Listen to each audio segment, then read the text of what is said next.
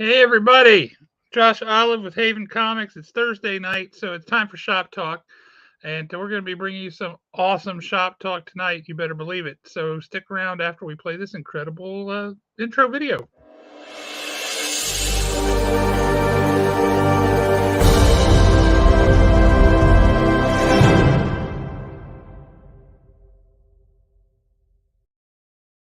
Guys, we've got a killer show for you tonight. And speaking of things that are killer, I got to introduce my co-host, Mr. Alan Breedlove. What's happening, man? Boo! Hey, cut that out. Boo! Now hush. I haven't even seen Nick yet. There we go. There's my people. Well, You let me tell clearly you have what. more fans than detractors. I saw Nick last night, and you didn't miss anything. Boy, I really don't want to go there.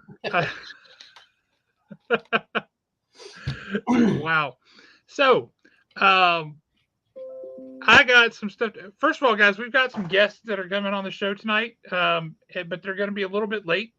That's okay because we have some stuff to show off. And I think we should probably go ahead and announce now, but we'll also recap it at the end of the show. We have a guest coming on next week who is, what's the word I'm looking for here, Alan? Awesome. Awesome. Pure awesome. And guys, I'm excited for it. It's going to be very cool. Next week, we have James Robinson coming on the show. Longtime comic book writer, great comic book writer. If you read Starman from DC back in the day, he was the writer on that. Tony Harris was the artist. But he is also writing Rogue's Kingdom with Jeff Johnson, who he had on a couple weeks ago. So let me tell you, that book is going to be spectacular. Now, speaking of Jeff Johnson, I just got a package in the mail from Jeff Johnson the other day. It was all wrapped up, but it came flat like this. And I thought, gee, what could it possibly be? So I thought I would show that off a little bit on here so that you guys could see what we're dealing with. Is that what I think it is? It's quite a few things, actually. It was a lot more than I was expecting. I was expecting one thing that we got here, but he sent a lot more. For starters, he sent a sketchbook. Oh, nice. Hey, embiggen me, will you, so we can show this off. He sent a sketchbook. Not put you back on the screen. That's ridiculous. Do the thing. There we go. What I really like about this, first of all, he signed it. But he also has a bunch of quotes from comic book creators throughout, like Chris Claremont, Fabian Nicieza, Jim Starlin, Archie Goodwin, Michael Golden. He just quotes these guys, George Perez, throughout here. No, that's cool. And they're really cool quotes, and they're just all throughout here. And he's got all kinds of different stuff. This is a gorgeous book. Here's a page I know you'll like, Alan. Oh yeah, he has that on his Instagram. Yes, sir. And that is so. Now that sketchbook, is the whole thing black and white? It is. Oh, I love it when they do that. You know what's really cool too? He sent me 2 of them. Nice. One for me, one for you. So there's that. And then he sent me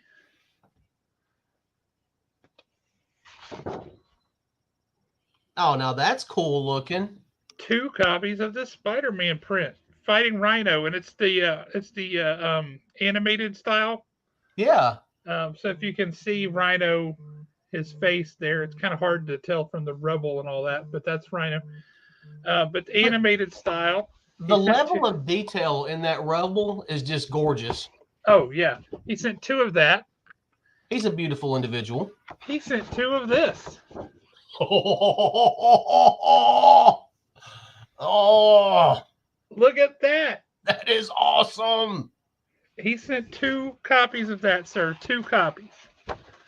He also sent 2 copies of that. Oh, sweet. Did he have to do any of this? No, he did not. He's a beautiful individual. He is. But here's the creme de la creme, the coup de grace. For part of their Kickstarter, he didn't tell me that he had done this, but they ended up putting some of his original art on the Kickstarter. And I backed it. I saw that they had this one particular piece on the Kickstarter that I was like, if I can get a hold of that, I'm set. And this is just the rough pencils. It's not finished, inked, colored, any of that stuff. It's just the rough pencils. But who cares? Because this is amazing. So when you showed that, that's what I thought it was going to be. And I'm going to be honest with you. If I was in your position, I would be extremely greedy. That would not be hanging at the shop. It would be hanging in my office at home. That's probably correct. And I don't blame you. But I'm also considering getting it inked, like by a professional. I haven't decided. Honestly, I don't know if I would. I think the only way I would want to get it inked would be if he did it himself. That's possible. But he's already done it once. I don't think he'd want to ink it twice. Yeah, but and this is just my own personal opinion. And we do have a professional that just jumped online, and she could throw in her 2 cents worth of it. It's Bianca! And Nathan says hi. You guys are awesome. What's happening, Bianca? Oh, totally sidetracked. A couple of weeks ago, she went live on Instagram. Yeah. And I had made a comment on there, and you could tell she was confused as to who it was. And then she said something like, "Oh, you're Huntsville." And come to find out, she associates people with the places that she met them. Sure, and why not? I guess I'm going to have to change my middle name to Huntsville or something. Well, why wouldn't you? But yes, check this beautiful cityscape out that I got from Jeff Johnson. How beautiful is that? See, what I was about to say is I don't think I would have it inked. I would want to leave it as, the way that it is right now, it's 100% his. Absolutely. Absolutely. It's just gorgeous. Oh my God, it's so beautiful. And I'm so happy with that. The minute I saw this, I knew I had to read whatever book was associated with this. This cityscape is just absolutely stunning. Bianca, that is actually a portion of this new book coming out called Rogue's Kingdom by James Robinson and Jeff Johnson. The Kickstarter is still live. The Kickstarter goes through November 11th. And we backed it at the retailer level for the shop. Jeff Johnson is just a phenomenal human being and a great guy. Super excited, happy to support him and get some amazing art while doing it. It just makes me happy and is awesome. So very good stuff. What are you up to, Bianca? Are you still traveling all the time? What's happening? Hope things are going well. James, welcome. Good to see you, sir. Before our guests jump on, I did want to talk about something right quick. Let's do it. It is going to be a little bit of a downer, but I still want to bring it up and mention it to everybody. Go for it. I'm going to embiggen myself for a second so everybody can see what I'm about to show up. No, wrong one. Akron. That should be a good show. I've seen a lot of good folks saying they were going to be there. Did you having trouble embiggening yourself? I'm having trouble embiggening myself. You just switch us over once you do it. There we go. Let's try that. There we go. So, I guess it was probably, and Josh will have to correct me on the time frame. It might have been close to a year ago. We had this absolutely wonderful guest by the name of LaShawn Colvin on. Yep. If you have not seen that, please go back and try to track it down. LaShawn has been working on her own comic for a long time, trying to get it off the ground, and she was finally able to get it off the ground. The first issue came out, I believe, a week ago. Yeah. But unfortunately, LaShawn passed away several months back, and she never got to see her comic come out. I know there are some copies of this up at the store. It's called it's called Beautiful Soldiers. The art in here is absolutely gorgeous. I mean, you can tell by the cover. In fact, I'll go ahead and open it and show y'all a little bit of the art. Now, yes, it is sad that she never got to see her creation really and truly hit the shelves. But I read this book the other day. It's one of the very few books that I've actually had an opportunity to read. And this book was absolutely amazing. It is, I mean, this right here is textbook what could have been. Yeah. I mean, just a great book all around. There's actually 2 stories going on in here that are running side by side, and you can already tell where they should be running into each other. That unfortunately is not going to happen now. It's just a great book, and I think it would be a testament to what she did if we could make it sell out, at least at Haven, because she was nice enough to come on the show. Did you look at the back page? I guess where it's got the the back page is actually a tribute to her mother that had passed away. Yep. So that kind of makes it even a little bit sadder. Yep. The whole thing though is, will there be a second one? I don't think so. I don't think they got that far into it before she passed. Is there a slim possibility? I just don't know. But if Josh runs out of it and can't order anymore, you can always order these at scoutcomics.com. They do have them. So, yeah, that's just my thing for the week. I mean, I think everybody should pick this up. It was a great story. It was one of those stories that you finish it and you're like, oh, wow, I can't wait to see where they go with this. Unfortunately, we'll never have a resolution to the story, but still, I mean, it's just kind of a cool little memento. Yeah, she was so cool and so passionate and so talented, and for her to come on the show and we were going to bring her back when the book was ready to come out, and I just hate that she's not going to get that chance, and she never got to see her book in print. That's just heartbreaking. So sorry to kind of start on a downer, but it was one of those that I got finished reading the book and it was just kind of like, wow, that, once you think about it after the fact, I mean, it's really sad that, she put so much effort into that and she never got to see it herself. Yep. So, but yeah, I know there are just a couple of copies, 3, maybe 4 up at Haven. I think that's what I saw the other day. Yeah, and I can tell you why. We had backed the Kickstarter, and we were supposed to get copies through the Kickstarter because that was over and done before they got picked up by Scout Comics. So we were really excited about that, and we should still be getting copies from the Kickstarter. So I didn't want to overdo it by ordering from Diamond and getting them from Scout.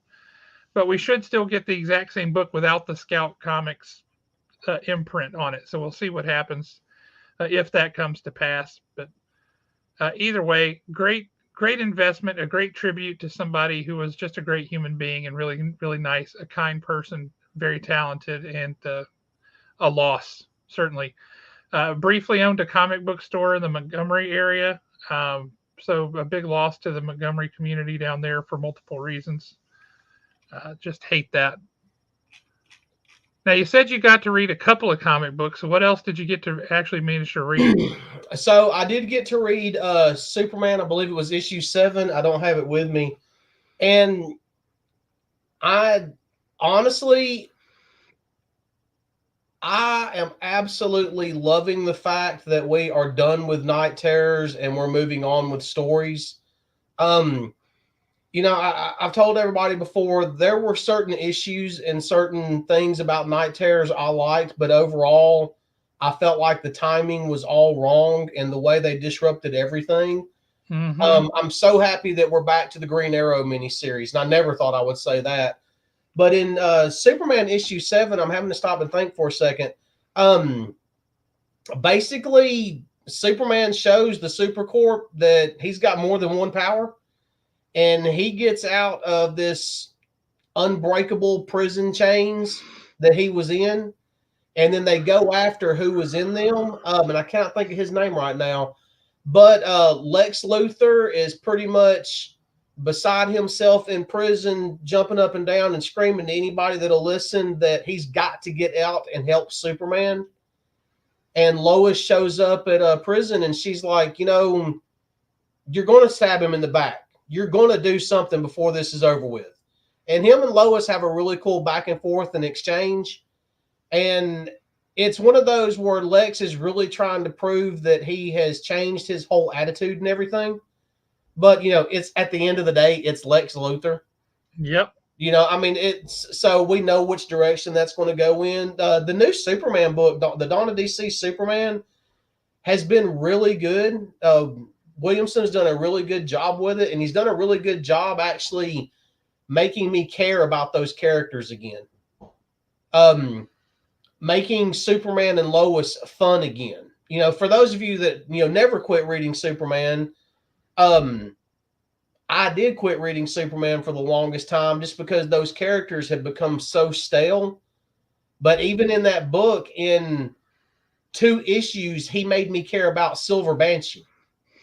That's quite an accomplishment. Yeah, I mean, he actually made me care about where Jimmy Olsen is in his life and what's going on. So if you haven't picked up the new Dawn of DC Superman, like I said, it's only issue 7 came out. Was it last week or week before last? Last week, I think. And it's so you've got time. I mean, you can go grab the back issues fairly easy. I have been so busy the past couple of weeks, everything's kind of blurred together. So I don't even know what came out when. We really don't have anything planned too much for this weekend, so I plan on binge reading an entire stack of comics. We actually, and what were your thoughts on Justice League versus Godzilla versus Kong? Because I've heard a lot of people were like, they just didn't like it. It's a slow start. It's a really slow start. And I wanted it to be a fast start that got me interested right at the beginning, and it didn't. It's I can see what they're doing and I can see where they're going, and I think it's going to end up being good. But boy, was that a slow start. I mean, you got a concept like Justice League versus Godzilla versus Kong, and you can't start off with more of a bang than that. Editorial should have kicked somebody in the butt for that. That was my thought on that one. Okay. Did you get to read Wonder Woman #2? No, I haven't gotten to it yet. Oh, I'm so anxious for you to read that book. You've got to read it. It's so good. I don't know. This past 2 weeks have just been strange. What you got going on, Bill? I'm guessing this is Godzilla, Kong, and Justice League. It is, and I'll give him that. I like that they included that too, but I just found it to be a much slower start than it should have been. Yeah, there was like I was looking forward to Flash 2. So good. There were in Radiant Black, A and B, or however they're in. Right. If anybody is wanting to get into Radiant Black, now is not a good time to get into it. No, it's confusing as all get out. And you're literally at the point where you would need to have been reading for the past couple of months. Luckily, we have all the trades that lead up to what's happening right now. And honestly, that's how I got caught up on it, was all the trades. And believe it or not, the trades are extremely reasonable. They're only like $10. Yep. And they are so good. I mean, I did not realize how good that series was. But I know I did read a few weeks ago where a lot of retailers, apparently when they placed their order for issue 25, they thought it was an A and a B cover, and they only ordered one. Well, that's because they did not. It was a poor solicitation from Image. They did not make it clear what they were doing. Yeah. They just didn't make it clear what they were doing at all. And the solicits read like it was an A and a B cover. Not like it had any different story pages in one book versus the other. So that was poor solicitation writing. Now the thing about issue 25 is when you have both covers, both stories are exactly the same up until you get to about the last 2, maybe 3 pages of it. Yep. And then it changes, and you've got 2 different sides going in 2 different directions. And it's supposed to be like that for the next 5 months. Mm-hmm. So and they ended up changing it. So you got like what 25.1 and then 25.2 or something, or 26. It was, or 26A and 26B, I think is what they ended up doing. If you're reading the story, it makes sense that Kyle Higgins is doing it this way. It's really and truly the only way to do it, because if not, you're going to have a supersized book every single month. But at the end of this 5 months, we have no idea which direction, who's actually going to end up being Radiant Black come next spring. We just don't have a clue. Or I guess it would technically about springtime. But it's been so good, and there is a place where you can get the trades in Madison on Slaughter Road, because I've seen it myself. Yep, that's exactly correct. But yeah, you got to read the Flash number 2. I will say, in Flash number 1, we met that kind of new, not necessarily a villain, but an adversarial entity, right? The Uncoiled. Yep. In Flash number 2, we meet this species called the Stillness, and they are so cool.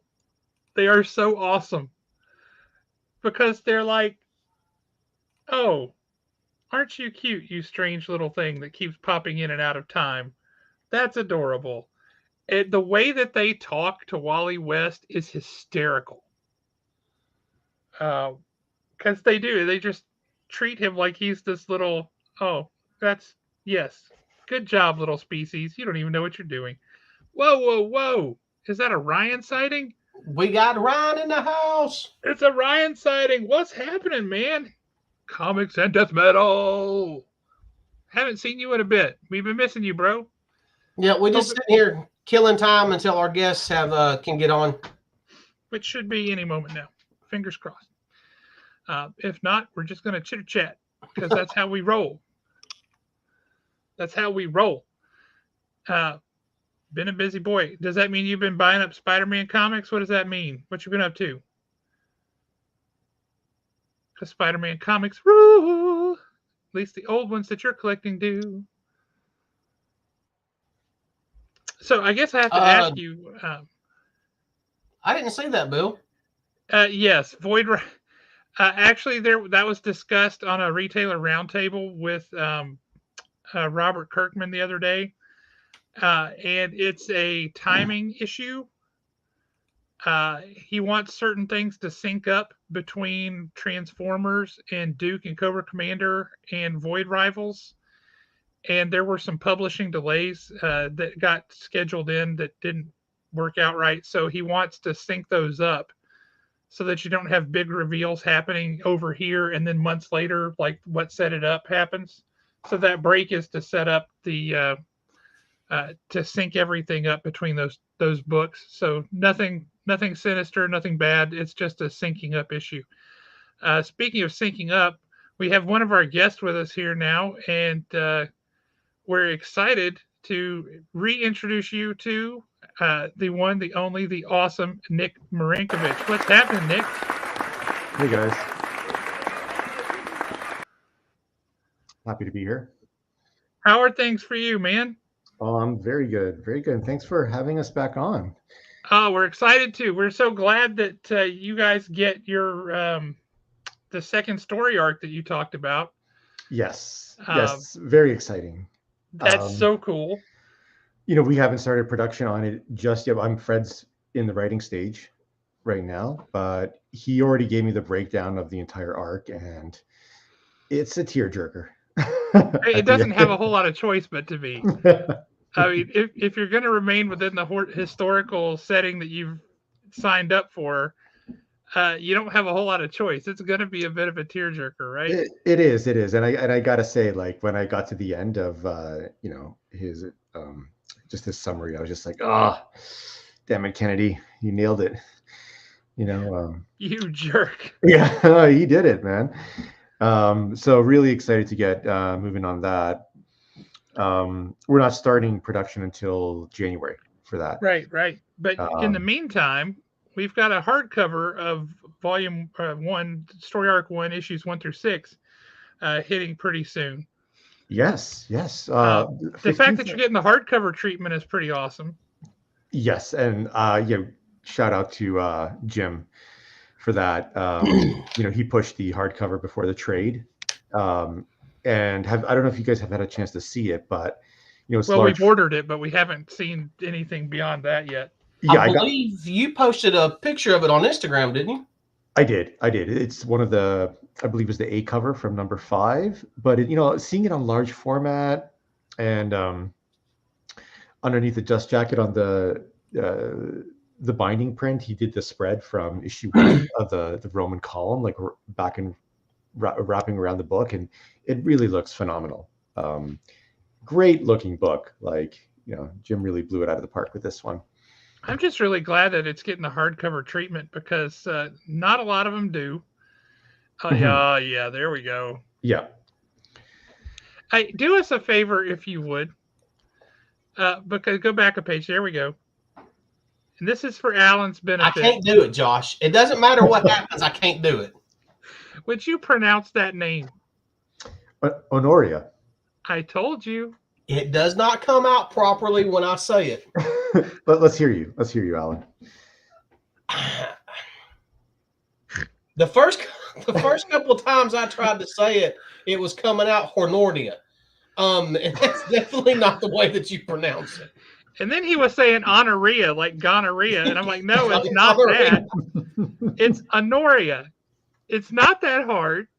If you ever watch some of my reviews on Dead Romans, you will begin to notice a trend of I start out by saying, I'm not even going to attempt to say this person's name. And by the time I get to issue 6, I'm not saying anyone's name. I'm literally just describing them. He's like, okay, Rome. I can say Rome. That's an easy one. Pretty sure I can say Centurion. Honestly, I want this hardback. I mean, I love the story. I thought the story was great, but the art alone makes the hardback worth it. You knocked that so far out of the park, it's not even funny. Oh, thank you for saying so. Absolutely beautiful art. Thank you. And when you do it, you're always picturing it on the ego behind me is always picturing how it's going to look on the hard binding, and the large format kills it. Like I didn't actually know that's what they were planning to do. So it was just a pleasure to see. Finally, yeah. I was really excited. Like I said, seeing it get the hardcover treatment before it goes to paperback, that's awesome, and that means that they think it's going to be a good seller. Because they don't do that for everything. They certainly don't. But I have to accuse you. I've got a bone to pick with you, Nick Marinkovich. Talk to me. I mean, seriously. Because of you, I'm having to do something that I haven't had to do. And I'm having to order a Dark Souls comic book. Oh. Yeah. I don't care about that book at all, but that cover is incredible. And I am one of these guys who I'm preaching all the time. Do not just buy covers. Buy the story. Buy the book. Read the book. And I'm sitting here going, I've got to break my own daggum rule. I have to buy this cover because of that, or buy this book just because of that cover. That thing is sick. Are you putting that up, Alan? Well, I was actually looking at this one because I wanted him to give us a little more information before Kennedy jumps on about why this looks just so friggin' sweet. Oh, that one. Yeah, this one too. Holy smokes! I just want to be there. I just want to go there. That is so atmospheric. That's from this book called The Voyager. It's book 2. Yes. So book one came out back, I believe, 2015. Fell a little bit under the radar, but ironically, that's the book that Fred would introduce Fred to me. So we kind of hooked up because of that book. But this is all the work you're seeing here. This is all from book two, which I think, I really upped my game. At this point, I was on this like run of, I don't know, I was just on a good work streak, and I started adapting a more painterly style, which, I mean, a lot of people will say I always kind of had that, but before it was more just like the standard, coloring underneath your ink layer. In this case, I was actually digitally painting this book, and so I was like really fond of it. I was just loving the work I was coming out with, and then I had to shelve it because we unfortunately did not get the kind of funding we were hoping. We were kind of like crossing our fingers to get. So after doing like half the book, I shelved it, and there was no release date. So at that point, Dead Romans kind of fell onto my plate, and I just did that. I thought, okay, I'm going to pick up Voyager exactly when Dead Romans is done. So that's what I'm doing now. And I can't say right now, but there's going to be some interesting release news in regards to Voyager. Good, because that is so atmospheric, and so I just want to see what's going on. See this right here, and I wanted to ask you specifically about this one because when the second I saw this on Instagram, the first thing I thought was like those old ghost stories and legends about the woman in white. Yes. That was it. I mean, is that what you were going for in this picture? Because I mean, that was it instantly. 100%. And okay, so this was from a series called The Haunted Walk, which is part of these these mobile apps where you're going to locations. The interface is very Pokemon Go, kind of like it's a map, and you go to these locations that are highlighted, and when you get there, these are alleged haunted locations, and you would hear a narrative pop up, what happened here, and I illustrated these images from all the narratives which come up. See, that one right there is so creepy. Yeah, thanks for saying so. Oh, but, the kids. Oh. And they're all like Edwardian era, yes, or Victorian era. A lot of these ones specifically took place in Toronto, so would have been like late, just turn of the 20th century. So you get those crazy fashions, the Edwardian fashions, and they look great. And anyone wearing those is going to look super spooky in black and white. So it just kind of lent itself. This one right here, I don't know. I mean, maybe I'm looking at it wrong. But to me, it kind of come across as sad. Like even in the afterlife, this poor fella is still stuck waiting to go to work. Well, that's the way you kind of have to think about it, right? They're stuck. Yeah, they're stuck in this limbo. But that one right there, that one right there gives me serious Somewhere in Time kind of vibes, which I love that movie. Mixed with this. I don't know if you've ever seen the play. They came out with a movie version of it that was terrible, but there's a play called The Woman in Black. I saw that in London in '97. Was that phenomenal. The one with like the Harry Potter kid? Was like the movie was, yeah, and the movie was terrible. It wasn't close to what the actual story is really much at all. But The Woman in Black was a phenomenal play, and it kind of hit similar vibes to what you've got there. But yeah, here's this Dark Souls book that I had to order. Thanks a lot, Nick. Here, let me quickly send you the full cover, because that one's cropped right there. Just email it over to you. I'm actually just working on issue 3 variant for them right now. The editor was really jazzed about that one. That's so cool. Now, for those of y'all that do not follow Nick on Instagram, you are so missing out, because it is like every time he posts, it's a treat. I mean, it just absolutely beautiful art every time he posts. And if you wanted to, and I know these have got to be fairly decent sized because they look like they go floor to ceiling. If you need someplace to store them, I'll give you my address, and I'll even waive my normal storage fees. No, they did turn out really nice. Fred and I, we did a few cons over the summer. Those ones were specifically done for Fan Expo here in Toronto, and it was a really good show for us. And stunning. They're just yeah, stunning. they turned out great, right? They really did. I do wonder what it would look like if you put the Honoria one in the middle between those, so kind of have that as bookends. And then do you have them facing each other? Do you have them facing away? What do you do? There's so many. Oh, I know. There's so many options. Well, the Honoria and Arminius were always designed to be. I mean, good point. They were, are they facing each other or away? Yeah. Fred and I always pictured it them facing each other. And if you look at it straight on, she's staring at him directly in his eyes. He can't look at her. He's staring down because he knows that he ultimately betrayed her. And that's a visual point, which Fred noticed that right away. Yeah. And he's really good like that.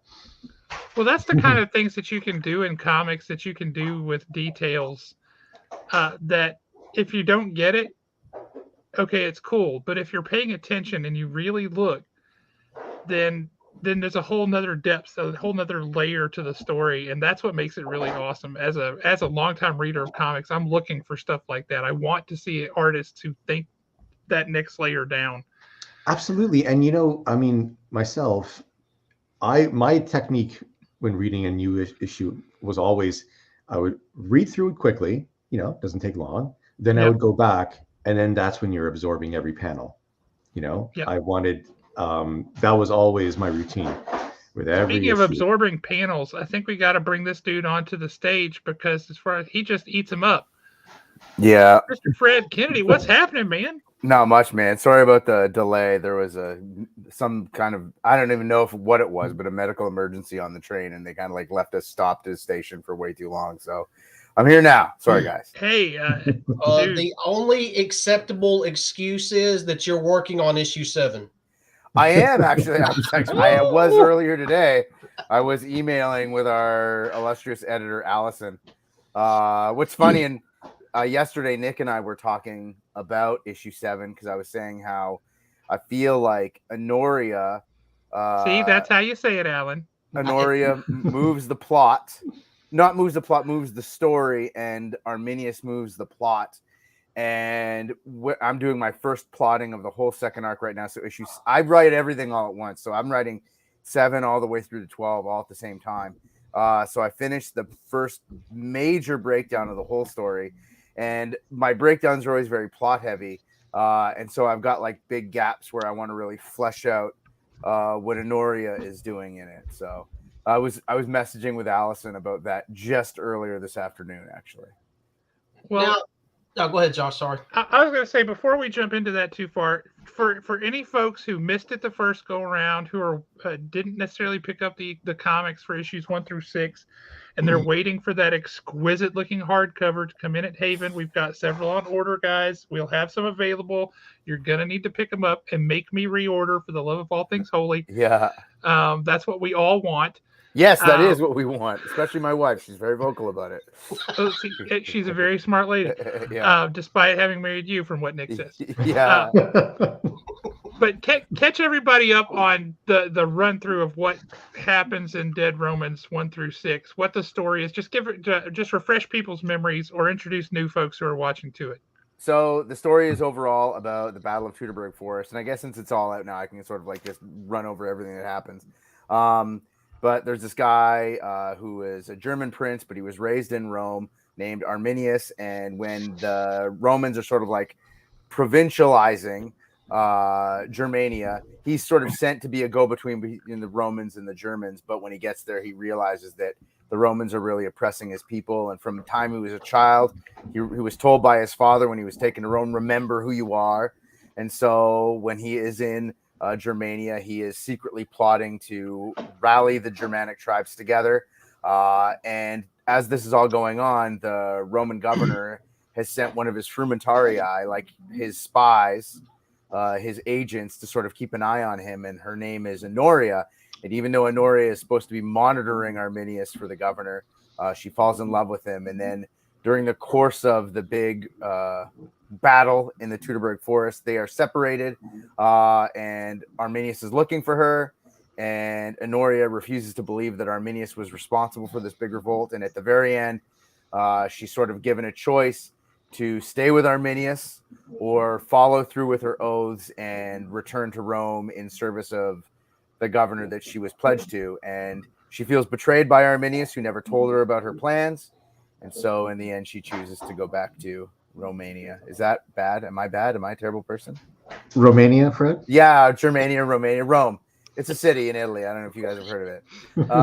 But yeah, she went to become a vampire. Yeah, and, so that's what happened. Yeah. So I can't even say the half the names of the people in these books, and they come out semi-intelligent. I was just going to let you go with Romania. I was just going to let it. Just let it fly. It works. Yeah, Roma. That's what it would be like. That's what they would call it. It was Roma. Yeah. His first choice for her name was Janet. Yeah, Janet. And I was going to call Arminius Daryl. That's what I was going to call him. And his other brother, Daryl. Yeah, that's right. But what Fred left out, because that was a very quick run through. This is a historical, actual battle. This was kind of the beginning of the end for Rome. So you go back and read your history. This is an actual big historical event. A crazy long battle over a course of days that just kind of was unrelenting. Yeah, it was an unrelenting, nonstop battle. And that is what made it so interesting, is that Arminius was like a tactical genius. Like, he understood what he had, and he understood what he was fighting, and he knew how to beat what he was fighting. And he knew that in a head-to-head battle, he would never win. So he made the Romans fall into this trap that was essentially marching through a swamp for days, and the entire time they get no respite. The only time they get rest is when he needs his people to rest. So he's actually timed it. And if you take a look at the actual historical battle site, it's just a case of pure genius. And it was years in the making. It's just an absolutely fascinating story, especially when you take a look at the time that he did it, the scale of the numbers that he did it with, the land that he did it. And he also, his army was a coalition of 30 tribes that all hated each other. Like, the only thing that kept them together was that they hated the Romans more. It's a really, really interesting moment in history. Nick, I'm really taking over. I'm sorry. No. This is exactly where we wanted to go, right? Well, actually, I got a question for both of y'all, and we can kind of just, substitute the word writer and artist and interchange them. When you're, after reading the first 6 issues, I mean, if for anybody who has not read it, you're reading it and you definitely understand the history of it, and this stuff really did happen. When you're approaching a project like Dead Romans, do you have to kind of change or revamp the way you do things since we're dealing with something that is historically accurate, or can you still just kind of go and do your own thing and just have fun with it? Nick, you go first. Well, for me, I already kind of had a background in historical fiction. So I basically brought to Dead Romans what I had already been doing. And, I always try to, even though it's technically fiction, in historical fiction, there's always an element of reality to it. So I always at least try, when you're world building, you want to capture that era. I always think that's like really critical. But so you start with that as a baseline. So I go through a ton of references just to really, I want to be accurate. But once you're there, it's almost like that's your starting point, and then embellish. Because if you just draw it as is, it's never going to look as cool in a comic book. It won't. It's just not. Like, a perfect example is the way I was doing the armor and the centurions. It looked almost like they were wearing football shoulder pads. They did not look like that in real life. I just wanted to accentuate how massive and imposing these guys would have been on the battlefield, like our character Regulus. I did the same with Arminius and his helmet. I mean, sure, you see these almost like theatrical looking helmets, but did they actually use them? I don't know. But he had to be imposing. You have to give your characters something that lets them stick out. And so yeah, you start with a baseline of reality, and then but you got to push it. Otherwise, it's boring. It really is. Well, what you're doing there is you're establishing the world, right? And you're setting people in a specific place and time, but it's not a museum, right? Exactly. You're telling a story, and you have to convey emotions, and you have to convey certain things about the setting and about the people without having dialogue that explains it all. You have to show, not tell, in a lot of cases. And I think what you're describing is exactly how you went about doing that. Yeah, I mean, you said it perfectly. The whole show, not tell. Fred and I like to joke sometimes too. It's all about tell, don't show. But but you're right as to what you're saying. Yeah. I would like that on the record. Somebody tell my wife, please. I was right about something. From the story perspective, I'm like a big history guy, like in terms of like reading books about history and specifically reading about autobiographies. I went through like a huge obsession with the Crusades, because I find the Crusades to be an incredibly fascinating thing in history that sort of is reverberated directly into the world that we live in today. 100%. And when I watched the movie Kingdom of Heaven. Yeah. I was gonna say City of God, but that's a different movie. Oh, were you? Yeah. Kingdom of Heaven. There were some things that they did that I got really mad about, but they didn't they sort of small scaled a lot of things that I didn't think needed to be small scale, but the things that they did accurately I really liked. And they didn't change the outcome of things, like when the one bad knight that we're not supposed to like marches the army out into the desert, and then they're all like dehydrated and Saladin refuses to fight them. That's really what the type of thing that he would do. They portrayed Saladin exactly the way he should have been portrayed. He was just this incredibly genteel guy who would I could talk about Saladin. He's one of my favorite historical figures forever. But they did a lot of things really well, and he didn't change the big beats. And so when I was working on Dead Romans, I refused to change the outcomes of things. That always drives me crazy. Like, I'm a big Con Iggulden fan who writes historical fiction. Heck yes. But I never liked the books about Caesar. There's some cool stuff, but I hated how they make Brutus like his best buddy from childhood, even though there's a lot of speculation that Brutus was his son, which is why he was so good to his son, which is why his betrayal meant so much to him. So there's things that I don't like when changes are that big. And I feel with Dead Romans, really the only big change that we make is adding Honoria. And I think that's my favorite thing about the story. Like, I think that's one of the coolest aspects, because she's the heart of it. She's the crux of it. Literally, figuratively, however you want to say it.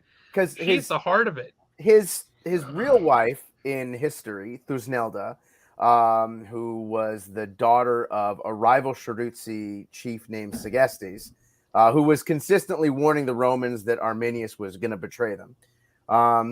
It doesn't have this, like, you could romance that up, but to add it to the story doesn't add anything to the story. It doesn't add any drama. It doesn't have this compelling nature to it. And I feel adding Honoria adds this great tragic element to the story. And the one thing that he wanted, like, Arminius is a character, if you take a look at from a historical perspective, he is a kid who is taken to Rome, and he has got some real serious identity issues. Like, he is raised as a child in Germania, where the big virtues are: if you are a warrior, you must be victorious, you must win, you must fight valiantly and heroically, no matter the odds. And then he goes to Rome, and it's like he gets to do that, and he gets to do it with like the best army in the world. Like, it's a dream. It's like you're raised in the minors, and then all of a sudden you're playing in the big leagues, and you're a superstar in the big leagues. And so then he's got this like conflicting sense of identity, and he goes back to Germania, and he remembers his oaths that he gave to his father. And so he's got to free Germania. He's got to free his own people. And then he falls in love with this woman who's got the same type of life that he had. She was a slave, and she gained an identity through her skill and through her ability, just like he did. And then she's serving the Romans as a lapdog. How he sees it, he thinks that she just wants to be free. And she even tells him the very beginning of the story, like how she wants to be a queen. And he swears to her, I'm going to make you a queen. You're going to be a queen. I will do it. I swear it by your gods and mine. I'll make it happen. And then that's the only thing that he wants. Nick's heard me talk about this while I've been drunk before. He's heard me wax poetic while drinking. So it's like, Trust me, That's the baby. most Canadian thing I've ever heard. I did this. I'm did gonna this on get a drunk plane. and talk about the Roman Empire. Yeah. So the only thing he wanted was Honoria. And then he loses her. It's so tragic for him because all he wanted, the only thing for him that he wanted ever is gone. And it's because he screwed up. And that's the only thing that I really added. And I added that because I think it's such a humane thing. Like it's a very human, emotional experience. We all can understand what it's like when the one thing you want goes away and you have to admit that it's your fault, that you did it, you know, because he didn't trust her enough. And it's a very juvenile perspective of love. So that's it's the character work is really all that I changed. The beats of history are all exactly the same, including at the very end of the story, the big dramatic cavalry charge through the German lines at the very end. That really happened. That's like a historical record thing that really happened. And Varys taking his own life. There's two different accounts of that. One is that his slave decapitated him, and the other is that he took his own life. So there's two versions of that. I thought it was more dramatic for Varys. And I love the way Varys goes out. Like he goes out in control, like he's in control when he dies, and he twists the knife as he does it, and then he dies. So I didn't tweak any of the beats historically. I just added motivation and character work. That's it. I really rambled, and I'm sorry, guys. I thought her choice. I mean, it comes down to do I choose Arminius or do I choose Rome, and what do I do? It was a very Roman choice. Yeah. That's such a hard thing. And a lot of people don't, you know, if you haven't been steeped in the history and you don't understand the allure and the power, the sway of Rome over your individual thoughts, decision making, what people were raised for the good of the empire. Yeah. And to have to face this awful choice of do I do what I want or do I do what's for the good of the empire? And for her to make that choice was so Roman to me. As I read it, it was like the other way I would have loved to have seen, but this way was the way that made sense to me. Yeah. Right? This is what it felt like she should have done, regardless of whether it's what I wanted her to do. Well, there's also I touch on her, and it's I touch on it very lightly throughout the story. But if you're paying attention to the motifs about religion, there's a line from Ippo where he says, you know, like, well, you swore an oath. If you don't complete it, you're going to spend eternity as a wraith, and you don't want to do that. And so she gives her word to Varys that she's going to do this. So at that point, once she's given her word, she has to do it, or she dies a wraith. So even though she knows she could spend a lifetime with Arminius, the fate is it's only a few decades of life with him, but she'll spend eternity as a wraith. And she's also been brutally attacked by the people that he's now asking her to trust. So she's got like an arrow sticking out of her leg, and she's been attacked and hunted for days by these people. And now he's like, oh, it's all good. Come back. It's like, no, man, like that's probably not a smart move. She doesn't want to be with you at all. So I love that he gives her his sword at the beginning, very phallic, and then he gives her his horse at the end, which is as phallic as it gets. Like for a Germanic warrior to lose his horse, like his own horse and his sword, he gave her everything, you know? And she walked away, man.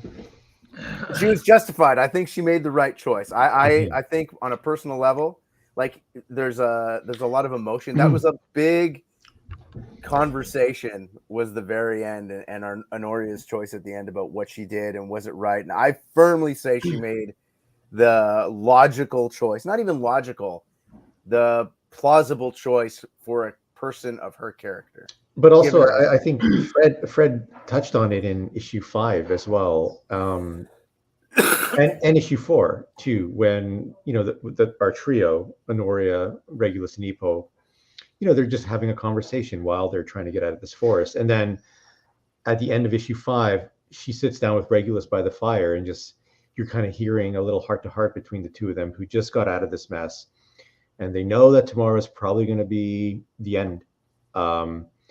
And you're just hearing their perspective, and it's almost like it's a positive perspective. Like Regulus, he never felt like he was a slave, and neither did she, I guess.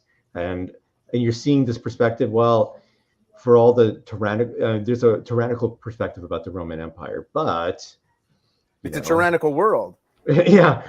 What do the Romans do for us? Kind of deal. Yeah. What do the Romans ever do for us? Yeah. It's that whole Monty Python bit. So, Fred, I hear what you're saying. I understand your viewpoint, but as a fan, I'm telling you, you're wrong. They're getting back together. Okay, well, there's another arc coming up, so I guess we'll have to wait and see. So I have a question you for both they will you guys. see each other again. Okay, Yes. I'll say that they will see each other again. Well, here's a question for both of you guys. How do you feel about being responsible for this whole meme about men thinking about the Roman Empire? Oh, dude, I when that blame you. happened- I think it's y'all's fault. This came out after Dead Roman started. It did. Now, That's true. I think this is clearly something you guys are responsible for. So how does that feel? I remember when that started trending. Allison, Nick, and I were all messaging back and forth, being like, "Could you imagine if the trade was coming out like next week? Like, could you imagine the amount of? I guarantee if the hardcover had been out like right around then, we would have probably gotten some push from the Godfathers at Image. I guarantee they would have been pushing the book hard, but sadly the timing just wasn't there, and it was already past our FOC date too, which was really frustrating. But like when it came out, we were both pushing stuff on social media. But hey, do you like the Roman Empire? Why don't you read this book? Like, why don't you read this book that you can't find the floppies anymore? But still, like in a few weeks, we got a hardcover coming. So my daughter is 12, and she come walking up to me one night, and she says, "Dad, is this true?" And I'm like, "Of course." 100%. She goes, "Why?" And I go into this big, long spiel about why we think about the Roman Empire and how it would have worked if I would have been in charge, the whole situation. Well, then the other night, y'all actually turned into a butt of the joke around the house. You don't even realize it. The other night I went, "Hey, you remember when I said that we do think about the Roman Empire all the time?" She went, "Yeah." And I held up all 6 issues. I said, "We think about it so much, they write comics about it." Yeah. And I mean, her eyes were about that big around. Yeah. My sons have been reading the hardcover, like they're 12 and 10. And when the hardcover came in, like we got our comps, I put it in their room, and I don't think they're like reading it, but I think they're leafing through the pages because they're very pretty, Nick. It's a very looking at the book. pictures. They're looking at the pictures. This is what they're doing. Yeah. They want to see exactly how Roman Honoria gets. They're like, yeah. Oh, she's pretty vicious. I'm really excited for the second arc. We've got a lot of really cool things planned with that. Well, I'm glad that you opened up with that, because we've got the hardcover of the first 6 issues already on order. That should be coming out really soon, and we're excited about that. But shortly after that, we're going to get issues 7 through 12. So we get the second story arc you guys hinted at before. What can you tell us about where 7 is going to go? What can we say? Well, I won't give anything really away. You can say whatever you want to say. We won't tell anybody. Well, I've kind of already alluded to it. Like Arminius, like I said, he's a very traumatized guy. Like, he was taken from his family as a small child. And then as a small child, like, his last memories of home are his father going, "Hey, look, your family's all been crucified," which is something that was really happening. Like, that was something that was happening. That's how Rome broke the Germanic people, is they just literally murdered them until they surrendered. And so he's basically, as a kid, imagine like you're 7 years old and your dad's like, "There's your family. They're all been crucified. Now I'm going to go send you off with the people that did it." And it's like, that's his memories. Those are his memories of childhood. And his father saying, like, swearing to him, like, don't ever forget who you are. You're German and your blood is German. Your heart is German. You'll always be German. These people will always hate you. They'll never love you. So then you go and you're raised by these people. And in the back of your mind, you're like, they all hate me. They all hate me, even though you've won all these victories for them. And then the one thing that was for you in your whole life, the one thing that you wanted, that you did everything for, because I think from his perspective, at some point, the battle and the revolt and the betrayal is no longer about the German people, but it's about her. It's about fulfilling his oath to her. And I think that at our core, all dudes are these, like, I think there's this element of us that are very, at least I know with me, that we get very big and dramatic about things. And that he thinks that his oath to her at that very beginning, I'm going to make you a queen. Like, he's doing it. He's doing what he swore to her. Well, he made an oath too, right? Yeah. And then he made an oath. She made an oath. It's your classic cross purposes oath. Yeah. So then she leaves. Oops. So the one thing he wanted for him is gone, like, and left willingly. They left him and they abandoned him. And then we follow the history. He ends up marrying this, I guess you could say, like, she's the daughter of a rival chieftain. Her name's kind of a political marriage. Yeah. He actually abducts her. He abducts her is how he like you do. Yeah, like you do. And it was a cattle raid, and he abducted her.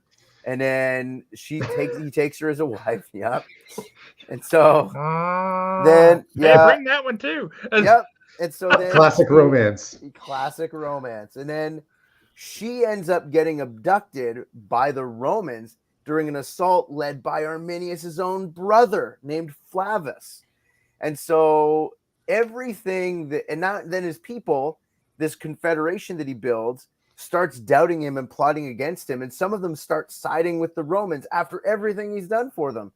So where we take our story, Arminius is a very broken guy. Like, he is unhinged and he is on the verge, and that's where it starts. That's all I'm going to say, is that we start with Arminius very unhinged, very on edge, and still in the eyes of the Romans, very dangerous. So that's where our story continues. You brought up Arminius' brother, which I don't know many people would be aware of that, but he did really have a brother who was a loyal Roman as well. Yeah. Also growing up amongst the Romans like Arminius. Yeah, because if you've seen the story, like that picture, you draw them together. Like when he's abducted in the story, there's a little boy with him. That's his brother. Yeah. We don't mention him, but he's there if you actually look at that scene in the book. Will he be showing up in the future? Yeah. Yeah. We're actually making him look like one of my cousins. Speaking of which, he just opened another door. It's like you've got a script. Yes, he did. Alan's been pestering every guest we've had on here. We want to be in comic books, and Alan's been asking. I would just settle. I'll just be a giant lumbering goth in the background. I'm happy with that. Well, see, I asked y'all before, but you were already too far into it. Now, a couple weeks ago, we had Jeff Johnson on, and he has a new book coming out called Rogue's Kingdom. And lo and behold, Rogue's Kingdom issue 3 will be the most valuable comic book on the face of the planet, because Josh and I will be dukes in the court for that particular issue. Okay. Now, I'm not asking for like a big scene or anything, but maybe sitting around the fire as a goth. What I want to eventually be known as, I want to be the Stan Lee cameo of independent comics. That's actually very plausible. And Josh, you kind of like, without even knowing what's coming, sort of like lumbered your way into a potential cameo. Because I can already think about a good spot in issue 1, and for Alan, issue 2, I can think of a good spot to put you. I mean, I'm 6'6" and 400 pounds. If you ever wanted a goth, I'm it. I mean, even if my head is on a pike, I'm fine with that. I got ideas. Nick and I will talk, but we're not talking now. There's not going to be any cards getting tipped right now, man. I would also like to see Alan's head on a pike for what that's worth. Yep. No, we won't do that. We're actually Jim Valentino is going to be appearing in the issue. Awesome! Yeah. That is so well deserved. That dude is amazing. His name is going to be Valentinus. Is what his name is going to be. We're Okay, not going to that's tell you what he's perfect doing. too. You can't go wrong with since that. you brought him up, last time y'all were on, he was on like what, a week or two after y'all. Yeah. And I had made a comment. We were talking about like the second arc and everything, and you're like, I think one of y'all said that. Well, you have to ask Jim Valentino if we're going to get a second arc. Yeah, we did. Yeah. Well, I held true to my word, and I put him on the spot live on this show, and I said, "Hey, we need a second arc." And what did he say? He agreed to it. Okay, yeah. We didn't know what was going on. We found out like around the third issue that there were talks about that happening. But Alan, maybe you put that spark in his mind. Maybe. And it started right here. You never can tell. You never can tell. Isn't that a Chuck Berry song? Hey, Josh, I'm going to weasel my way into that damn book no matter what I got to say. I want to say more. Like, I know exactly what scene I would do it in. I think Nick knows what I'm talking about too, but we'll have to talk after the show. You guys are the coolest, man. Y'all are awesome. I love how passionate you are about the story and about the history. And when you talked before, last time that you guys were on, when you talked about like texting each other, like, oh God, here's an actual Roman camp layout. And that's, so you're historically accurate in the way you're showing the encampments with the fortifications and the layouts and all.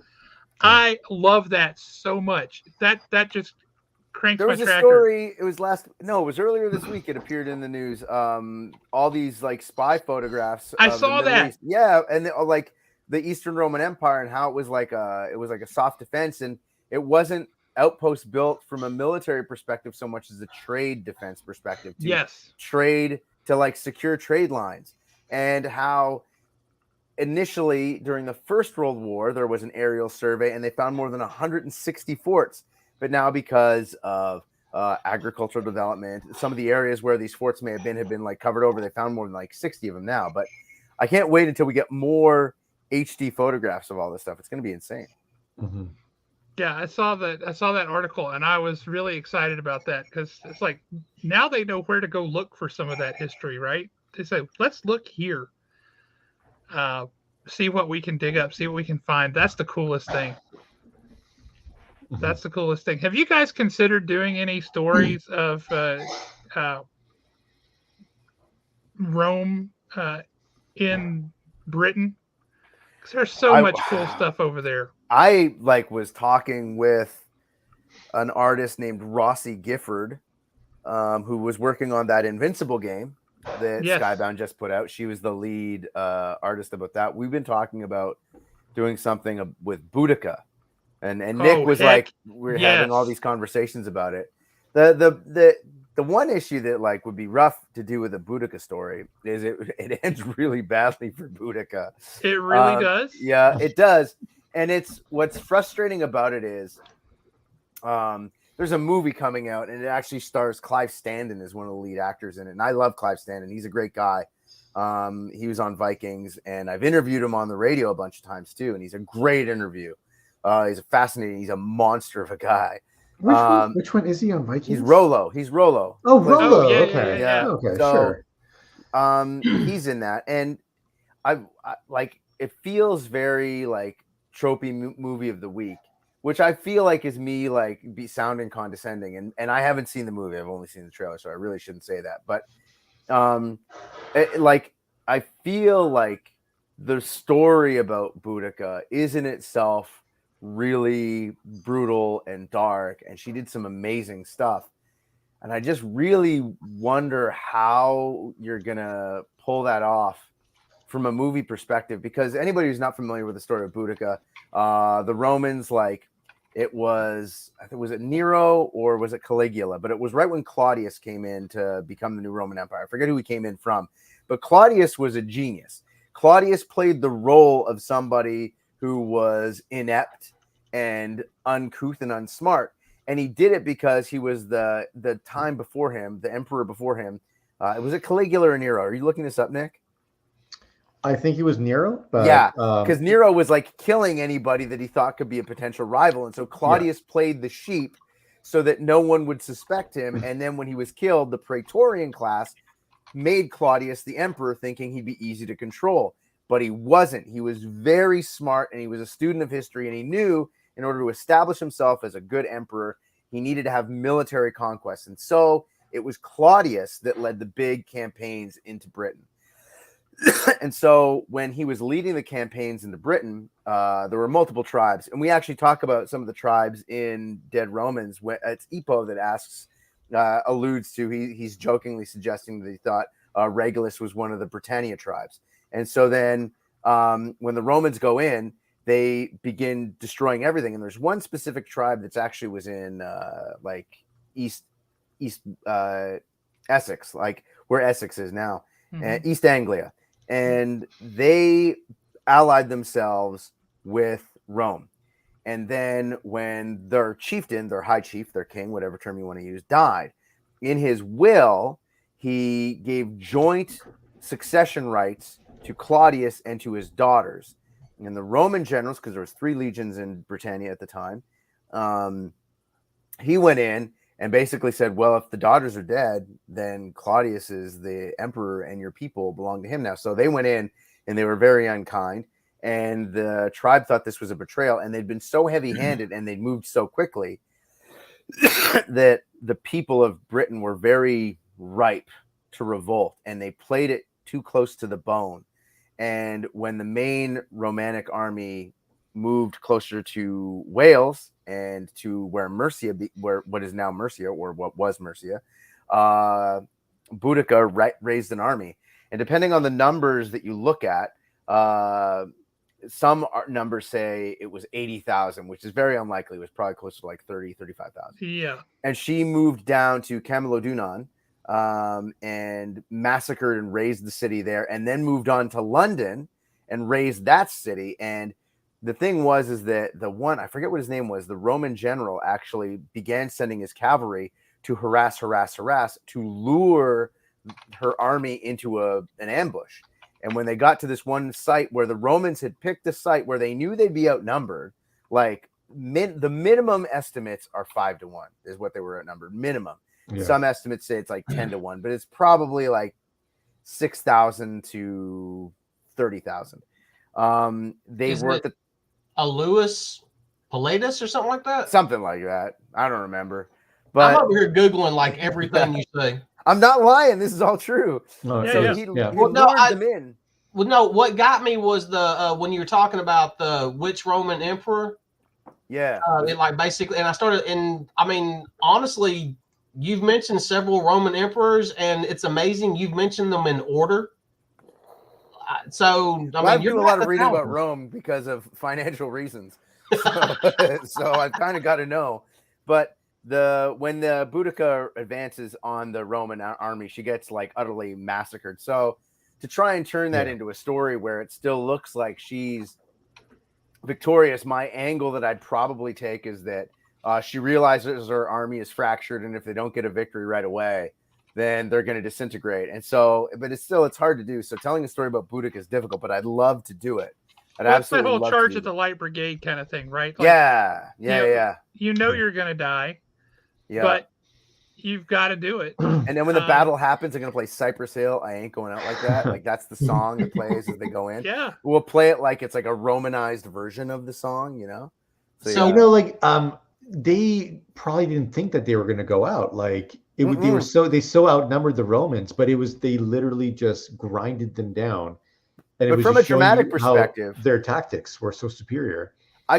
From like a dramatic perspective, you got to make it so that Boudica herself, like she's got to know they're going to lose, but her advisors are telling her that they're going to win, and they got to unman her from the leadership position to the point that she has to do it.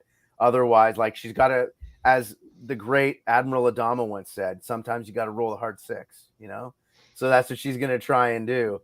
And then it's all going to fall apart on her. But the Britannic warriors didn't wear any armor. And so when they were charging up this hill, the Romans just started throwing pilums at them. And it like decimated their charge, and then the Romans literally just advanced on them, and they had this massive like wagon wall at their rear of all their supply train with all the women and children. They brought the whole panoply of war with them, and when they got marched onto, what was supposed to be their backing defense turned into like a slaughter ground, because the Romans showed no quarter. They killed women, children, elderly, livestock. Everybody died. Period. End of story. And it was if you rise up, we will kill all of you. In fact, the Roman general, one of the legions to the south, who didn't come up to back the Romans, he got crucified too by the Roman general for disobeying orders. So yeah, that's classic Roman style. Like it's a horrible story with horrible people everywhere. Let's just keep going. Yeah. We can't stop now. What you're actually talking about with Boudica, is that because I'm kind of reading something over here, is that the Battle of Watling Street? Yeah, because that's a street that still exists. That's the street that goes north from London. But at the time it was like a cattle path. So, but that's like, yeah. Reading all this, that's going to be an extremely violent comic. Yep. Hey Josh, will you go ahead and sign me up for it? Yeah. Already done, man. Yeah. I got to get Becky of Rome in Britain is such an interesting one. They're coming over, they're taking over, and then their exit. Right? There was just so many things that went on there. One of my favorite anecdotes was when Rome kind of issued the recall and everybody was leaving, getting the heck out of Dodge. There was one guy who he couldn't take all of his treasures with him. And we have the historical record of all the things that he buried in his backyard, expecting to come back, right? We don't know if he ever did or not, but we know that he left. And among the things that he buried in his backyard, and this is one of my favorite details, because these were treasures, like these were worth a lot, were 7 wheels of Parmesan cheese. Yeah. It's like gold, silver, Parmesan cheese. I mean, 7 wheels of Parmesan cheese. Can you imagine how hard that would be to get in England? Yeah. It's I always love when they do those archaeological digs and they find like decanters of wine, and I'm like, get the recipe. Make that happen. I guarantee there's a market. When there was a brewery here in Toronto that started making this beer from the same recipe using the same grains that a beer from ancient Egypt was making. It tasted like vinegar and it was disgusting. I don't know if you saw, but a couple years ago, they did some forensic analysis and pulled some things together, and they figured out what the scent was that Napoleon had. This little sachet that he carried with him in his pocket, because battles are smelly things, especially in those days. And he had this little sachet that he carried around with him to help cover the scent of war. And they finally figured out what that was, and they can reproduce that based on some of his clothing and things that he had with him. And so you could actually say, okay, what was he smelling to cover up all the blood and guts and death and gore and dysentery and everything else that was going with it? And it's just such a bizarre little historical thing. Well, the Roman, it's so cool. The nobles used to carry rose petals in their hands to smell as they walked through the streets of Rome because of how stinky it was. Mm-hmm. That's why they'd always build on hilltops where the wind could clean things out. Like, that's the gist of it. I would, if like Nick and I have talked about other things that we'd like to do, and if we could do anything, like that Serbian World War I story, that still kicks around in my head. Oh yeah, no, me too. Oh my God, that's a killer time period for you, Nick. You could do a lot with that. We want to do like a horror story. Nick can talk about it. We've always been leaning onto horror. I mean, I keep pushing Fred. I'm like, come on, dude. I think I write good horror, but I don't really like to watch horror. But I can think of like disturbing things very easily. Mm-hmm. But I'm not a big horror guy, but I love reading horror, if that makes any sense. I don't like watching it. I don't like. I think it probably the gore and the jump scares and those kind of things where it's just shock, right? It's not. That's not horror to me. That's startling somebody. Exactly. I've always had the opinion. Well, you're not landing anything as a horror artist if that's all you have to resort to. I mean, yes. you do a jump scare, that'll startle anyone. That's not technique, man. But when you do something that's so ominous and foreboding that the people are scared before anything even happens, then you've succeeded, man. Right. It's all psychological. If you can get the tension built to where people are on the edge of their seat going, oh my God, what do I do? And how am I supposed to feel like I want to turn away, but I can't? That's what you want to do. And that's the best horror. That's the kind of horror I like. Yeah, man. The horror that's just, body horror, torturing people. And I'm not into that. I don't care. Yeah. And I think Oz was the scariest thing that I've ever seen on TV. Like, to me, Oz is horror. It was a terrifying, horrible show. Like, that's terrifying. You are not wrong. It absolutely was. I'm not wrong. Absolutely was. I think Oz should be classified as horror because it is. You're literally trapped in there with the darkness of man, like horrible people that are constantly plotting to make things even worse for themselves. I don't know. There was this book that I read when I was in high school. It was called The Bean Fields, and it was probably one of the greatest. It had a metaphor of heaven and hell in it, and it to this day it is. And I remember at the time you read so many books in high school, and sometimes they're good, and sometimes they're bad, and sometimes you get irritated. And there was this one passage in it where it's this old woman, and she's talking about the difference between heaven and hell. And she said, in heaven, everybody's sitting at a table with a massive pot of soup, and everybody's holding spoons that are longer than their arms, but everybody's happy because everybody's full. And in hell, everybody's sitting at a table with a massive pot of soup, and everybody's holding spoons that are longer than their arms, but everybody's starving and nobody's happy. And the idea being that in heaven, everybody's feeding each other, and in hell, everyone's trying to feed themselves and they can't. And like to this day, like I think that at its core is the perfect metaphor, because whenever you're in a situation where everyone cares more about themselves than their fellow human beings, things are shitty. And that's what it always, and when you take a look at like archetypes of characters, in the end, the shitty characters are the ones that would rather look out for themselves than the other people. And the ones that we always root for are the ones that look out for other people. And so when you got like Oz is scary because everybody's at the table and everybody's fucking miserable. And anybody who tries to feed somebody else, who even tries to do something good, gets fucking killed. So it's like it goes very badly. Yeah. Like, so anybody who even tries to be good gets killed. That is terrifying to me because I would always feed somebody the soup, man. I'd get killed in Oz so hard. I'd be holding pockets. It'd be terrifying. He said he'd be holding pockets. Hey, don't be such a prag, man. That's about being pragmatism. That's the reality of the situation. So this World War I Serbian horror book.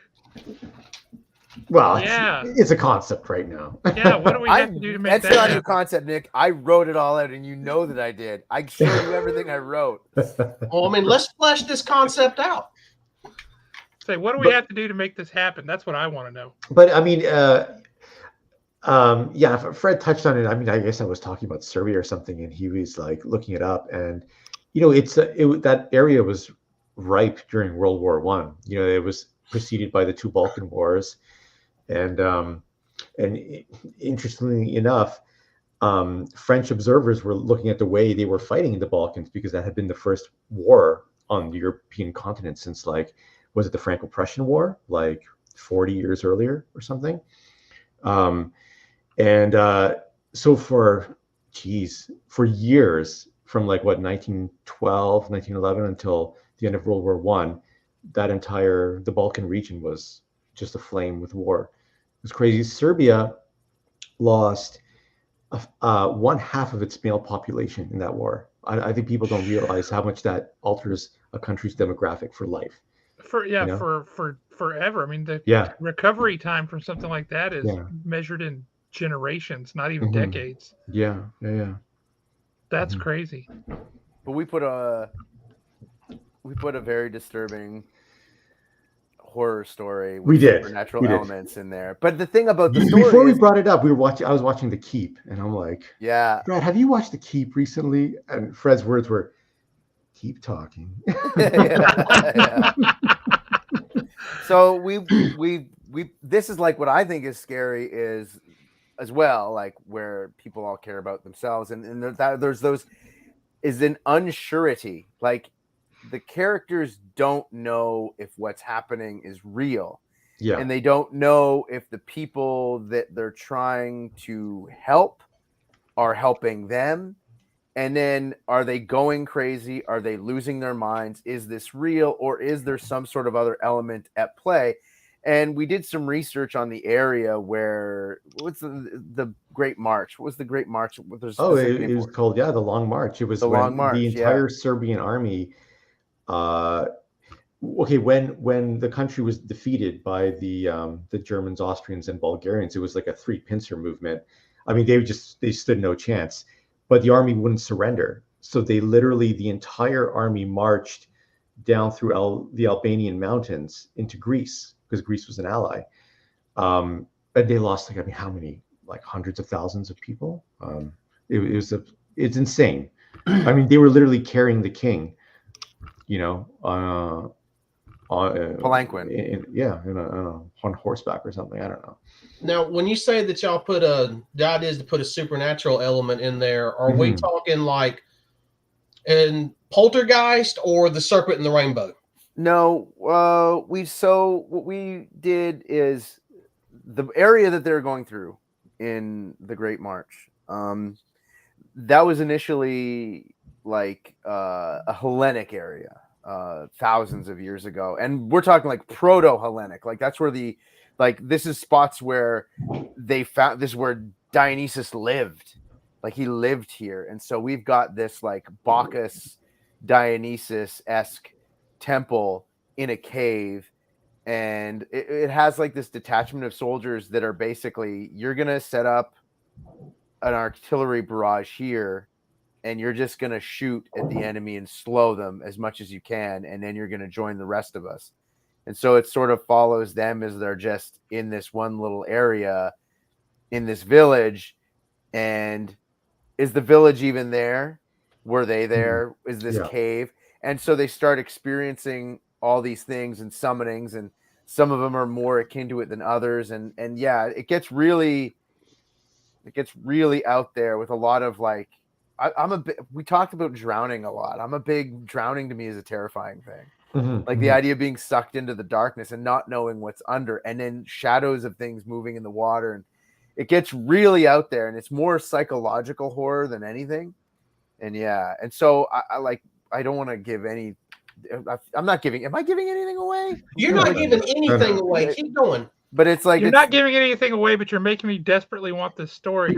I have in my heart, Nick. This is what we do after Dead Romans. Yeah. But I think what happens is we gotta like if Dead Romans 2 does really well, I think we'll definitely like reach out to Eric and see if we can do this book as well, and we'll probably we'll do some commissions and get some sketches and stuff about what it is we want to do. And I think this is like a 4 or 5 issue run, tops 4 probably, but it's super really dark and art horror driven and psychological and mythological and stuff.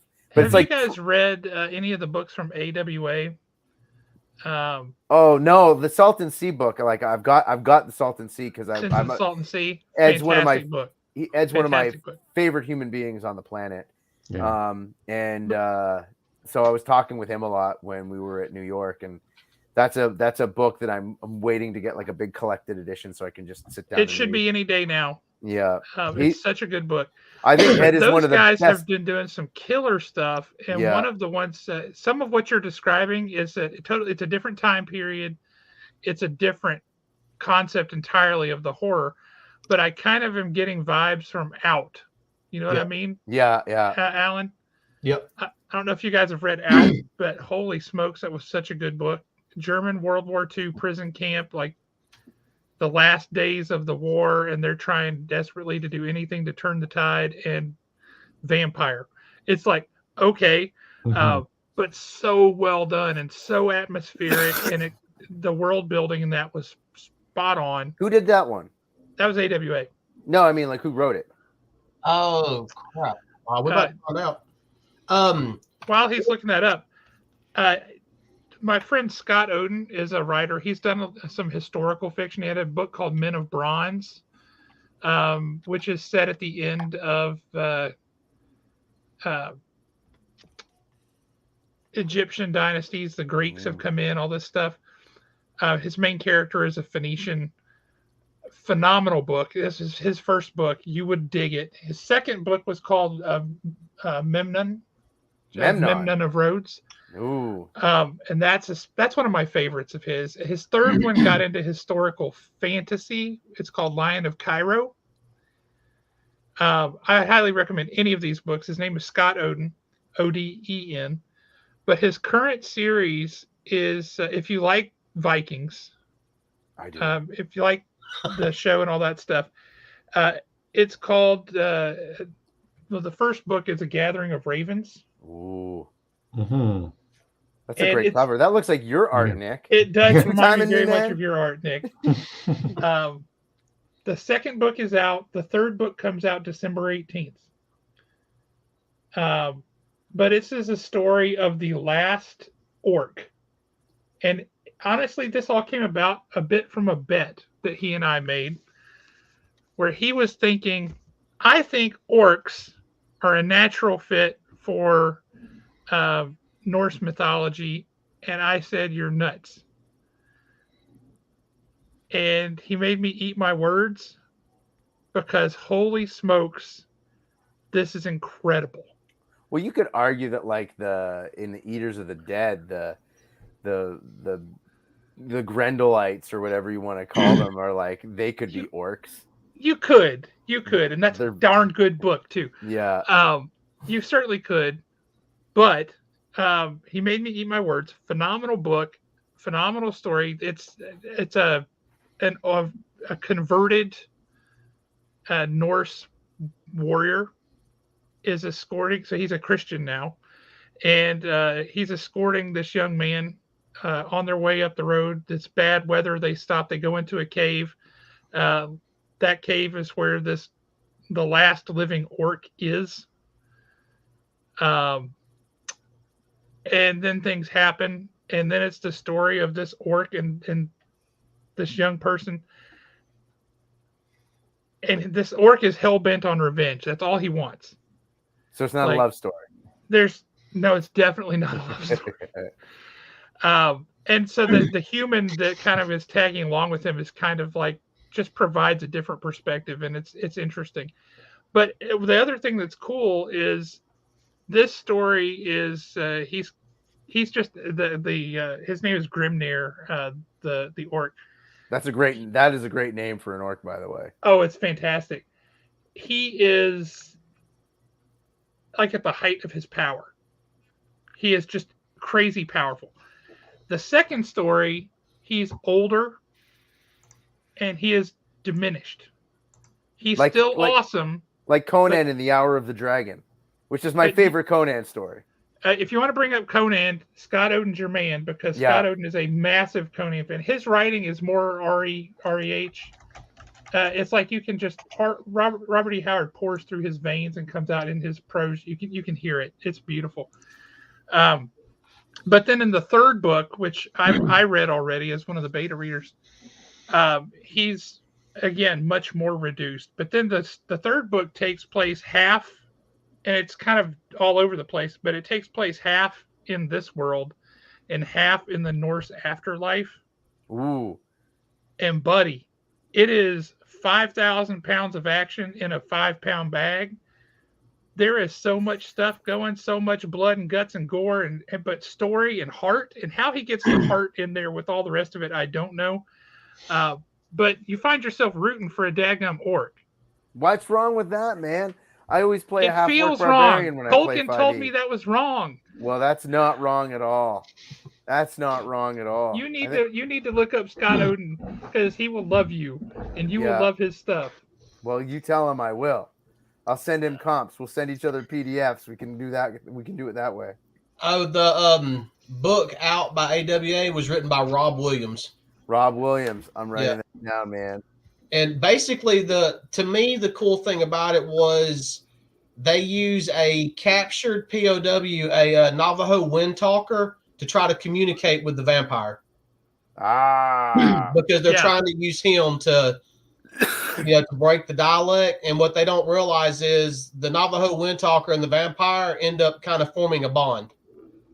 It's really very, cool. very well done. I'm gonna look for that one. I was at the AWA booth at New York, and I was like, how does anybody like pitch you guys ideas, man? And the guy's like, well, normally we talk to people's agents. And I'm like, well, okay, I'm getting brushed off here. All right, you guys have a great afternoon. Well, that's BS, man. Hit Axel Alonso up, or better yet, hit up Mike Deodato Jr. He's a huge part of it. Man, okay, Axel Alonso. This is a story about Axel Alonso. This is like my second con ever. And I was Adam Gorham. We were doing this historical fantasy book called Teuton, which was set in the Northern Crusades in Lithuania. I actually remember that book. And did you like it? It was like our first real book. You don't have to lie. No, I did like it. I wanted more from it. Yeah, that me makes too. Sense. It does. We talked like Nick had to listen to Adam and I gush about what we'd want to do if we did it again when we were hanging out in San Diego. That cab ride to the rib place, we were talking all about it when we were listening to Christian rock in that cab. Anyways, we're listening to Christian rock going there and talking to Christians there. Yeah. Okay. That's a funny story. So, Axel Alonso at our first con, Adam and I had our first print trade of Teuton, and Axel Alonso came up and bought our book from us, and he was super genial and super nice. And then we messaged him to see if he read it, and he never responded. But he made us feel pretty cool, so that was pretty nice. That was pretty awesome. But then, now I don't think he needs to do it again. Nah, yeah, I'll give him Dead Romans. Hey, pal, remember me? We're best friends, right? Remember 11? Yeah, I did too. Like, I love that book so much. You don't remember that book. It's okay. Don't worry about it. I emailed the author, but he never got back to me. I sent him this is when he was like the EIC at Marvel too. It's like I was gonna give him the Silver Surfer. I was gonna give him the run of the house, but he never responded. Oh, imagine if. Yeah, he just transposed 2 letters in your email address. He was like, "Oh no, he never." Yeah. I thought it was Brad. I thought your name was Brad, not Fred. That's what everyone always says. I thought it was Brad. Nick, you are a very long-suffering man. I can tell you. What a patient man you are. Nick and I have a phenomenal bond. Grow stronger each. Yeah. Well, then, of course you do. You kill Romans together. Yeah. Oh, in all fairness, they're killing a lot of people together. Yeah, it's not just Romans; they're killing a lot of people. We wanted to call the second arc "Dead Germans," but we've been advised not to do that. Whole lot of dead Germans. Yeah, my dad would have loved that title. Yeah, we got told no, you're not calling it Dead Germans. So you've talked about the second arc. How far out have you planned Dead Romans? I can't really say anything beyond 12. There could be more. In my mind, you could actually take this all the way up to the fall of the Roman Empire. I definitely wanted, honestly, it's more Honoria and Arminius' story in the end. But the way it ends, we kind of set it up where it could become like almost Assassin's Creed-esque ongoing. It is, and you know what I'm in. How do we do that? Like with the Frumentarii and stuff. But we'll talk about like that. That's all like long-term discussions. But there's some new characters that get introduced in the second arc, and it's a much smaller scale story. It's much more intimate. You're gonna see Arminius again. I want to see Ganascus again. I really liked him. Hermeric, I really want to see. Hermeric will be definitely in it. He's definitely in it. Yeah, Hermeric is in it from the get-go, and because Hermeric is like the Jiminy Cricket on Arminius' shoulder, who's sort of like keeping him together. And you could argue that Hermeric is really the mastermind behind it all, and Arminius is really the figurehead, and Hermeric is the brains. The sorceress who appeared in the second issue is a very big character in the second arc, And I love oversees the cattle raid. Is that? Yeah, no, she's very cool. Like that's still probably one of my favorite images from the whole series is that second page splash Oh where my she's God, holding that the is dagger. yes. Yeah, I think that's so she's a big character in the next arc. Honoria, of course, is back. You meet the Emperor at the time. You also meet I don't want that. If I start giving more people away, I'm going to give away things, so I'm not going to do that. But I'll say you meet some new characters that are very handy with the steel, if you know what I mean. Not any geek off the street. And I believe Fred, correct me if I'm wrong, but it starts in Rome, so you'll actually see. Okay, so you'll that actually kind of see gets to Rome my proper. question. Yeah. I just got this from actually embiggen me again, if you would, Alan, from Jeff Johnson for his series that he's doing now with James Robinson called Rogue's Kingdom. There we go. It's the glare, but it's the cityscape. I just got this as part of their Kickstarter. I bought his original pencils for this because I think this is just stunning. And I want to go there. Is that Byzantium or is it fantasy? It's a fantasy city that he made up. But I mean, you've got like the giant gate over here celebrating some victory or other. You got the big palatial buildings on the hilltops. Just there's so many things going on within this. I could study this for hours. So my question is, do we get to open up with something where Nick gets to showcase Rome? Well, yeah, you just said that you're going to. Oh, yeah. I want to, like, that's probably going to be a double splash. It's going to be so much better than that one you just showed us. And well, then I'll just need to get that too. I don't know how you sell this stuff, Nick, but I'm going to need to get that. Yeah. You know what's amazing today too, in terms of references for accuracy. I mean, there's people putting out 3D models. Yes. Where you can do a walkthrough of Rome at a certain era of time, and you can actually see the architecture that was allegedly there at the time. And like street walkthroughs, it's kind of wild. You can do it phenomenal for Rome, for Carthage, for areas of Greece, Athens. I've seen there's a church. There's several of them actually. There's churches in England where they're ruins. They've been devastated, but there's some segments of the building still standing. And they have these plexiglass displays where if you stand in this spot, they have the rest of the church drawn in on the display, so you can see what it would have looked like in person while you're there. Where I was a kid, there was a field nearby with part of a Roman aqueduct that was still there. How freaking cool is that? Yeah, it was pretty dope. We also there was some woods nearby with blown out German tanks that we used to play on all the time. This is not in Canada. Where were you? This is in Belgium. This was along the French border in the Hainaut province. How cool is that? Well, we thought it was cool. One time there was a farmer's field behind us. I told you this story, right, Nick? There's a farmer's field behind us, okay? So what they do is there's a lot of areas where there's, and then this is like 35 years ago. So this was like the 80s and 90s.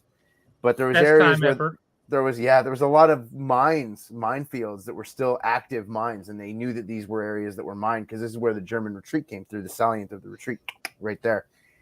And so there's all these, they would make them pastures, and they would have signs saying that you're not allowed out there. They'd only use like shepherd dogs to go and rally up the cows and all that stuff. And they use cows because a cow is heavy enough to set off some of these mines.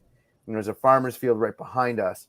And one day when I was coming home from school, there was all the gendarmes everywhere because a cow had set off a mine like right behind our house. And it like blew a cow up. And there was like cow shit everywhere. And I remember my mom, I was like, Mom, what was it like? She goes, I didn't know what was going on. I was in the bathroom. It was so crazy. I'm like, okay, all right, cool.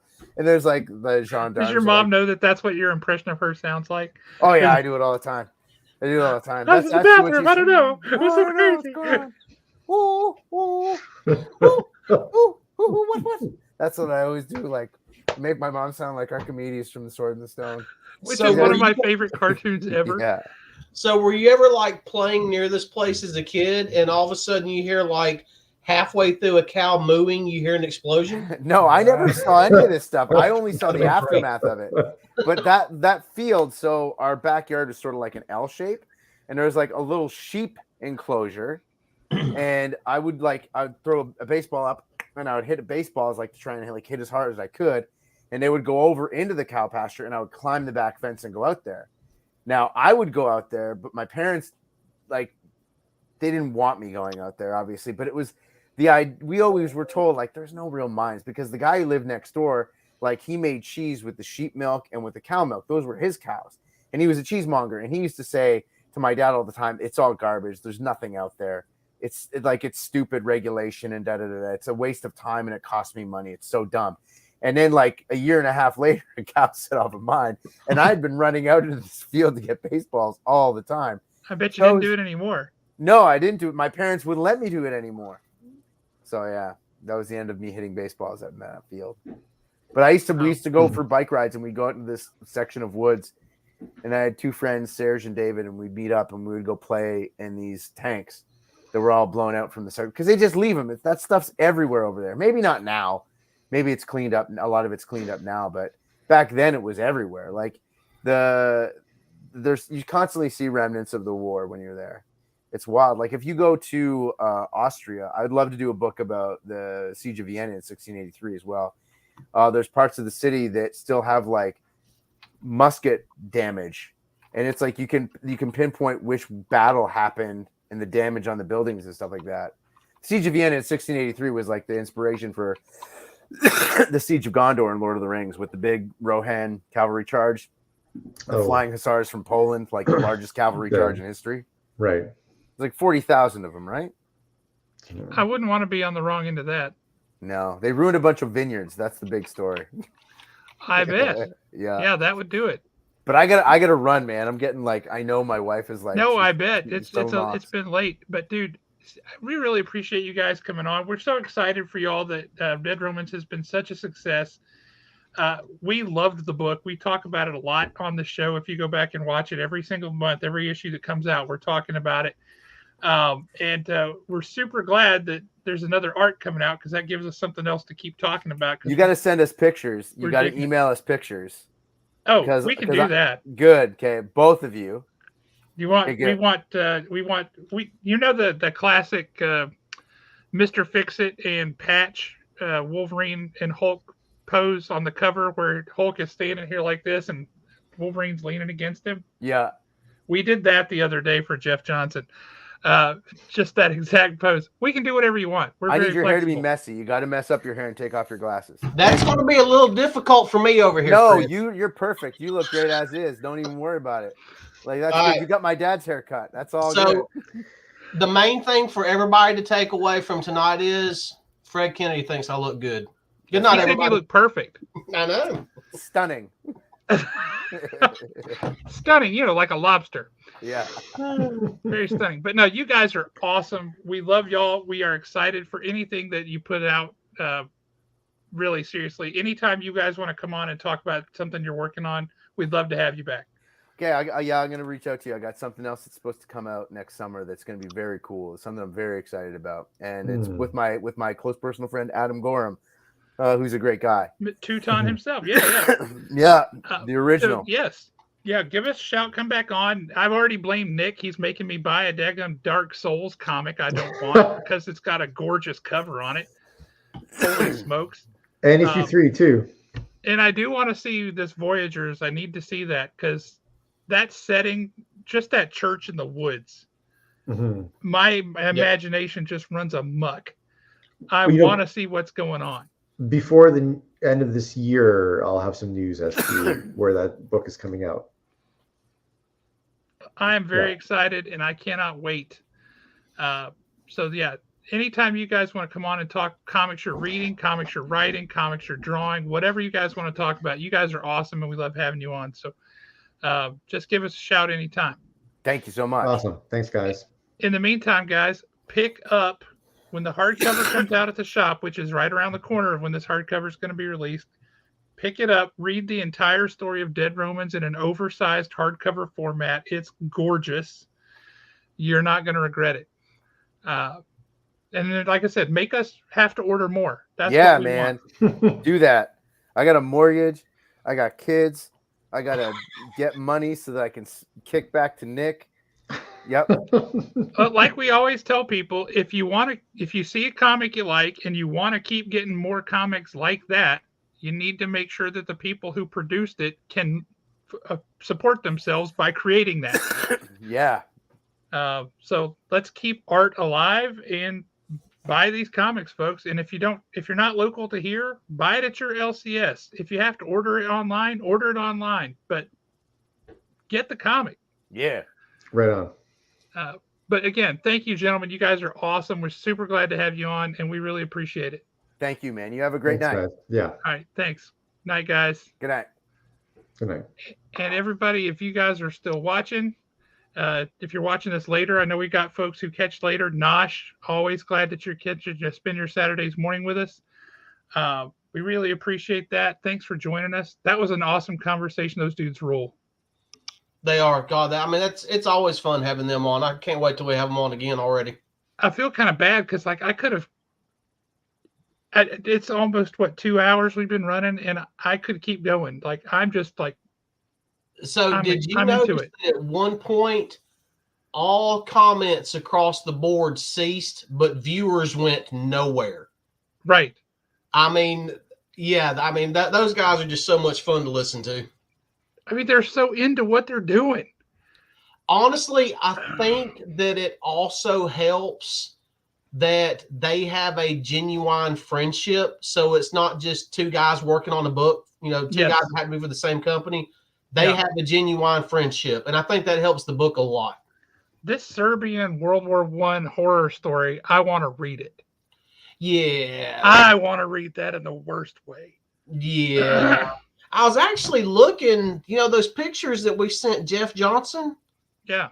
I thought I still had them on my phone, but I know that I didn't get rid of the email, so I can always just email you those pictures. Well, yeah, but he wants to take more. He wants no glasses and my hair all messed up. Like that. See, you're not looking because. Okay, yeah, we can do that. I'll have to give some faces and such. I don't know what he wants.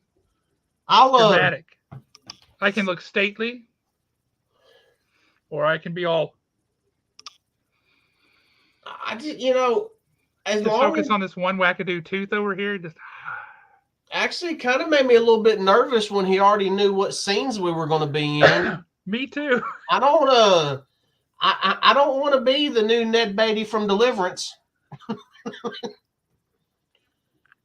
Shit got kind of wild back then. Just saying.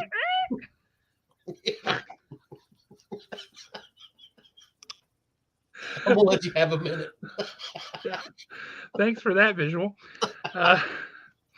They didn't have banjos back in Roman times, so it's okay. Thank God. Dueling lutes, dueling lyres. Plink, plink, plink, plink, plink, plink, plink, plink, plink. God, could you imagine somebody attempting to play that on the bagpipes? Have the Scottish come marching over? God,